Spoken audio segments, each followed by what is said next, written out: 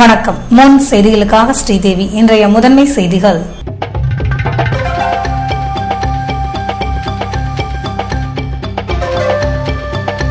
இருபத்தி 3 நாட்களுக்கு பின்னர் அமாவாசை நாளில் புதிய அமைச்சர்களுக்கு இலாகா ஒதுக்கீடு.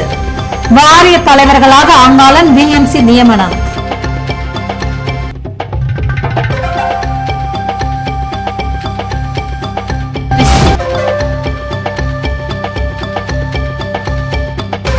அன்சாரி துரைசாமி பிறந்த நாள் கொண்டாட்டம். முதல்வர் ரங்கசாமி, அமைச்சர்கள் மற்றும் தமிழ் அறிஞர்கள் மாலை அணிவித்து மரியாதை.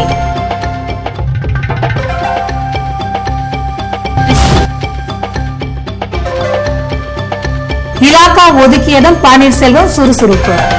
மக்கள் நல பணிகளை நிறைவேற்றுவது குறித்து துறை அதிகாரிகளுடன் அதிரடி ஆய்வு. இனி விரிவான செய்திகள்.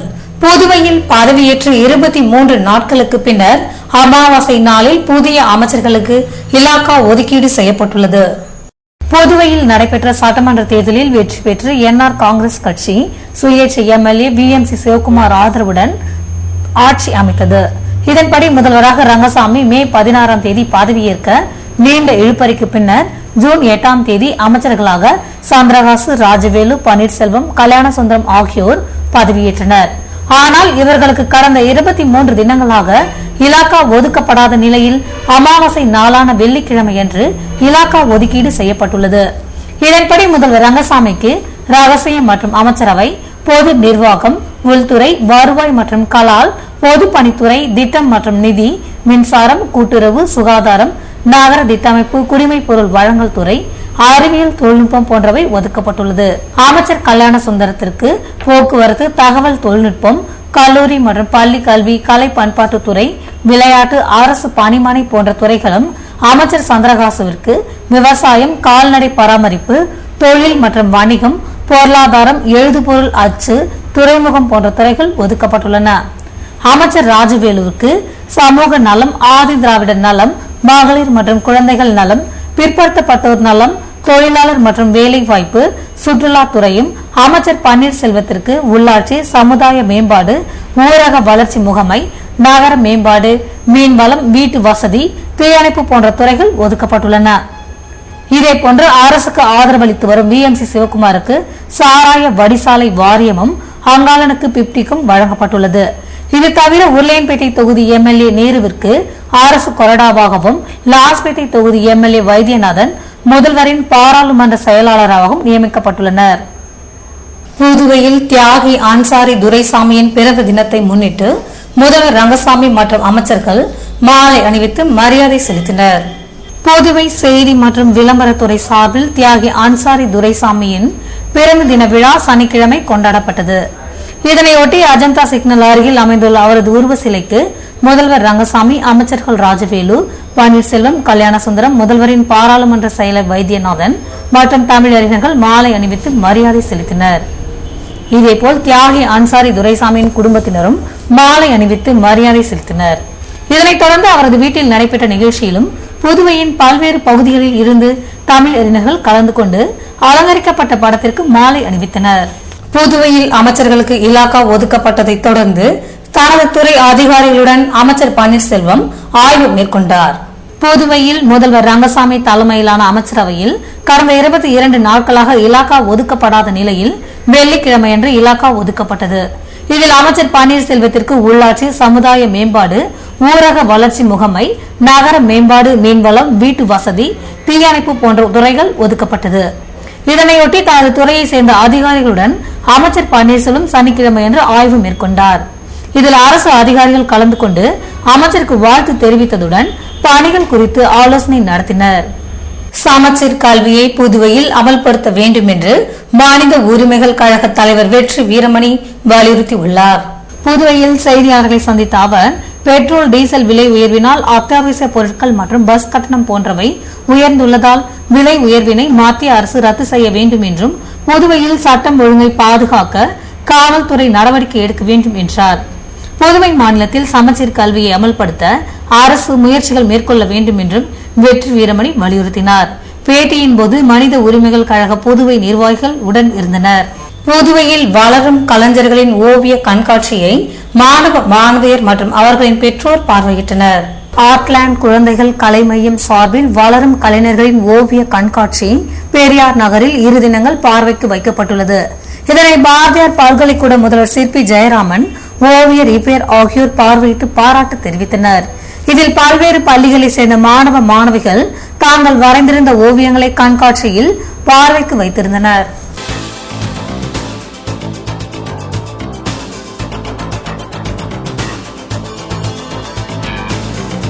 என்ஆர் காங்கிரஸ் அரசின் இலவச அரிசி திட்டம் உழவர்கரை, காலாப்பட்டு தொகுதிகளில் அமைச்சர்கள் துவக்கி வைத்தனர்.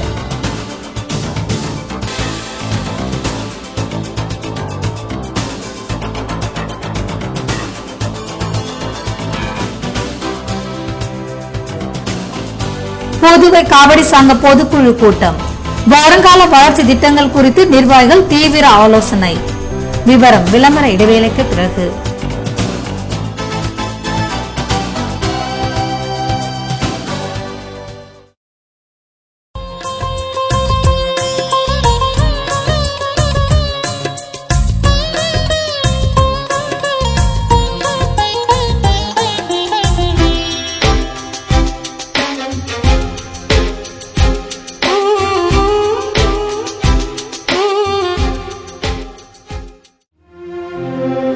In a world of opportunities, some have a vision and some deliver it.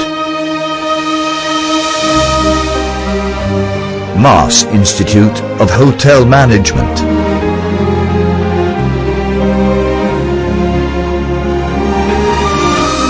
Presenting MBE International Hospitality and Tourism Management.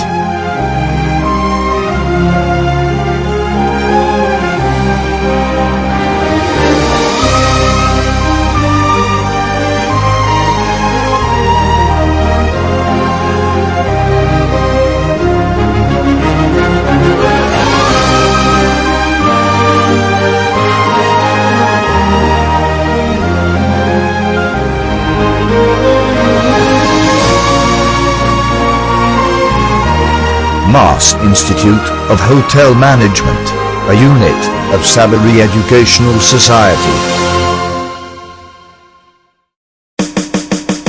Get your own look, get your own style, get your own shades, get a new life. Get it, get it, get it, get it, get it all right. Get it all in Ramses. Get all the leading branded shirts and trousers only in Ram Silks, Pondicherry. Get it, get it, get it, get it, get it all right. Get it all in Ramses. Get your own look, get your own style, get your own shades, get a new life. Get it, get it, get it, get it, get it all right. Get it all in Ramses.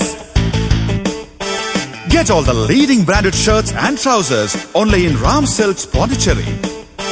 Get it, get it, get it, get it, get it all right. Get it all in Ramses.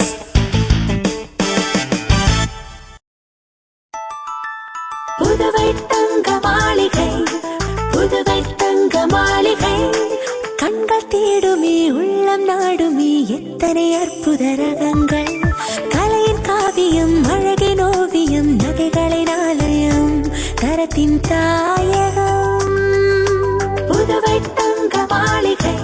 எல்லாவித பொன் ஆபரணங்களுக்கும் தரத்தின் தாயகம் புதுவை தங்க மாளிகை. புதுவை புதுவை தங்க மாளிகை, புதுவை தங்க மாளிகை, கண்கள் தேடுமே உள்ளம் நாடுமே எத்தனை அற்புத ரகங்கள், கலையின் காவியம் அழகின் ஓவியம் நகைகளின் ஆலயம் தரத்தின் தாயகம் புதுவை தங்க மாளிகை. எல்லாவித பொன் ஆபரணங்களுக்கும் தரத்தின் தாயகம் புதுவை தங்க மாளிகை. புதுவை தங்க மாளிகை.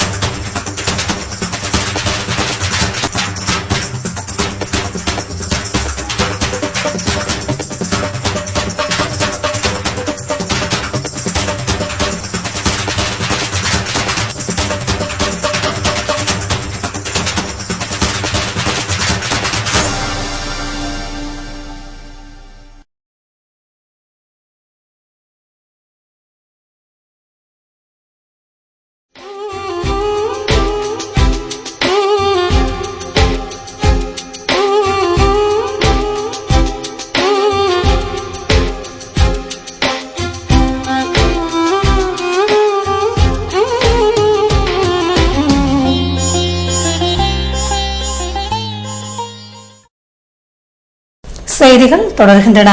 புதுவையில் தூய இருதய ஆண்டவர் பெருவிழாவினை முன்னிட்டு நடைபெற்ற நற்கருணை பவனியில் ஏராளமான கிறிஸ்தவர்கள் கலந்து கொண்டனர். புதுவை ரயில் நிலையம் அருகே உள்ள இருதய ஆண்டவர் ஆலய திருவிழா கடந்த 24ஆம் தேதி கொடியேற்றத்துடன் துவங்கியது.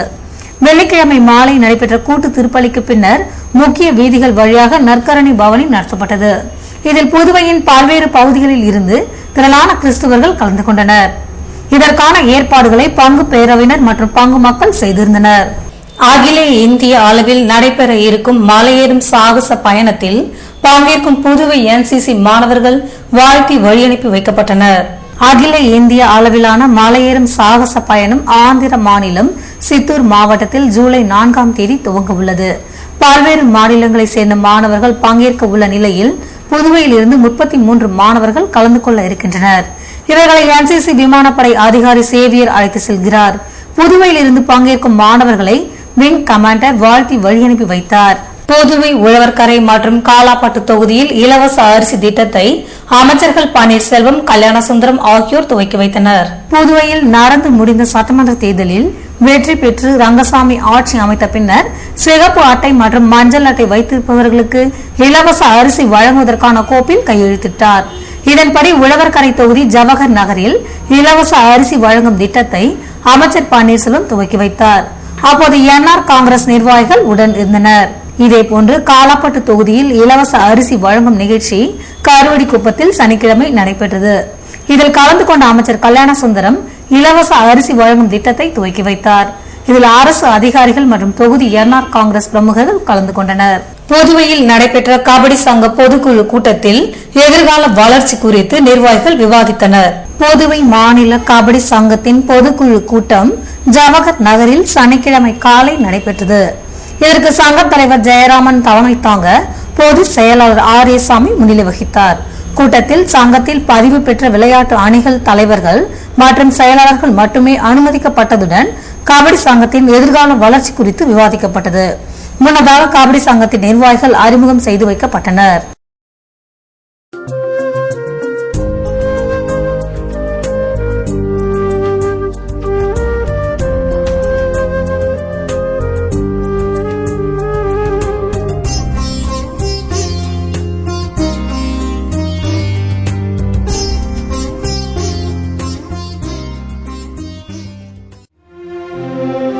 In a world of opportunities, some have a vision and some deliver it. Mass Institute of Hotel Management.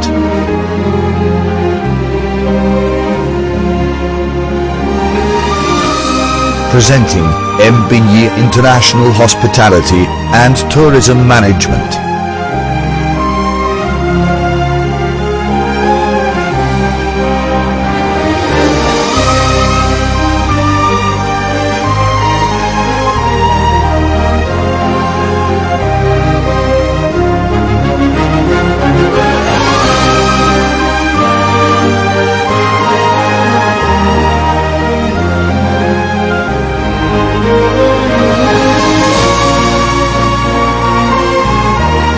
Mass Institute of Hotel Management, a unit of Sabari Educational Society.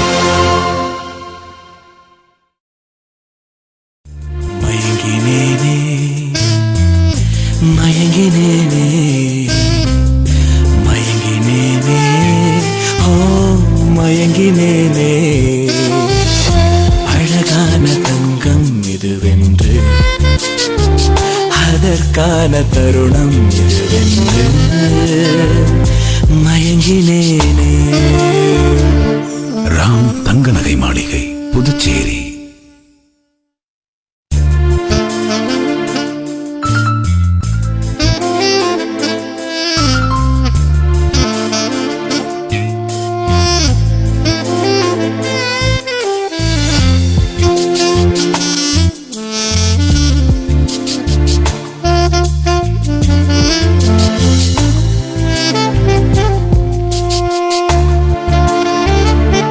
Ram தங்க நகை மாளிகை, புதுச்சேரி.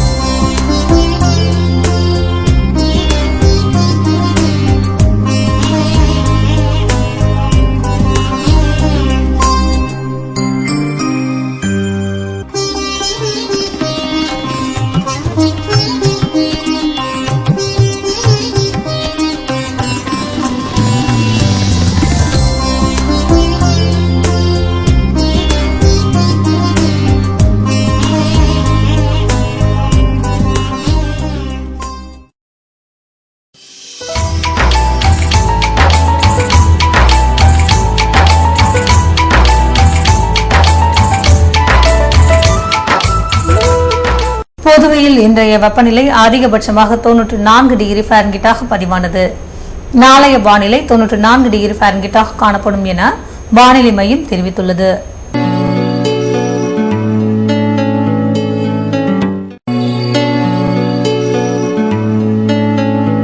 புதுவை கடற்கரையில் இருந்து சுமார் 50 கிலோமீட்டர் தூரம் வரை இன்று 4 அடியாக காணப்பட்ட கடல் அலை உயரம் நாளையும் 4 அடியாகவே காணப்படும் என்றும் தென்மேற்கு திசையில் இருந்து 17 கிலோமீட்டர் வேகத்திற்கு காற்று வீசும் என்று சென்னை வானிலை மையம் தெரிவித்துள்ளது.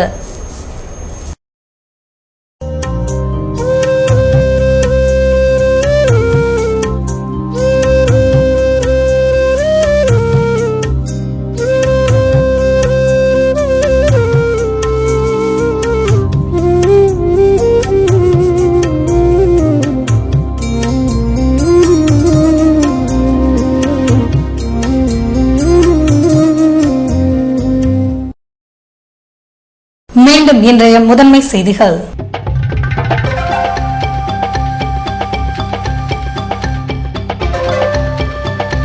இருபத்தி 3 நாட்களுக்கு பின்னர் அமாவாசை நாளில் புதிய அமைச்சர்களுக்கு இலாகா ஒதுக்கீடு. வாரிய தலைவர்களாக அங்காளன் BMC நியமனம்.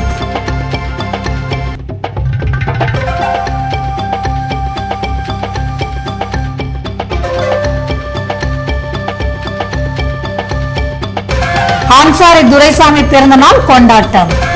முதல்வர் ரங்கசாமி, அமைச்சர்கள் மற்றும் தமிழ் அறிஞர்கள் மாலை அணிவித்து மரியாதை.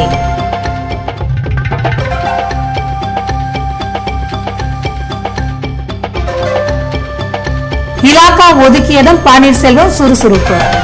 மக்கள் நல பணிகளை நிறைவேற்றுவது குறித்து துறை அதிகாரிகளுடன் அதிரடி ஆய்வு. இத்துடன் செய்திகள் நிறைவடைகின்றன. வணக்கம்.